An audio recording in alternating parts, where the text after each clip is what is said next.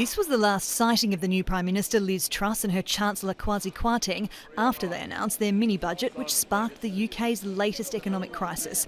The footage was filmed last Friday. The pair were then accused of going into hiding.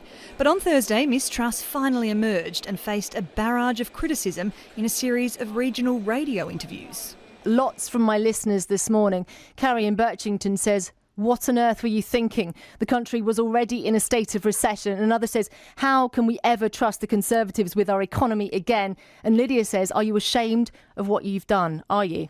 It's not clear yet if the Prime Minister's at times awkward and indirect answers will reverse market jitters, but she later spoke on camera, making no apologies for the policies fuelling the turmoil. It was the right decision to take, and we need to continue to make sure we deliver the economic growth, that we deliver the jobs and opportunities, and that is the long-term future that we have set out. But investors don't agree. The British pound sunk to its lowest value ever against the American dollar on Monday after the UK government announced it would go further into debt to fund $48 billion worth of tax cuts. The Bank of England was then forced to take emergency action, announcing it would buy government bonds to stop pension funds collapsing.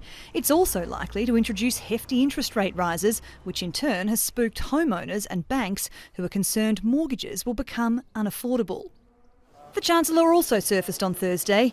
He may need more than safety goggles to protect him from the backlash, but like the Prime Minister, he remains adamant his tax cuts will prevail. Without growth, you're not going to get the public services. We're not going to generate the income and the tax revenue to pay for the public services that we want to see. And that's why the mini-budget was absolutely essential in resetting the debate around growth and focusing us on delivering much better growth outcomes for our people. Just a few weeks into the top job and the new Prime Minister's premiership is already under fire. She and her Chancellor are facing calls to not just cancel their tax cuts, but also resign. Both have made it clear, for now, they won't do either. Sarah Morice, TRT World, London.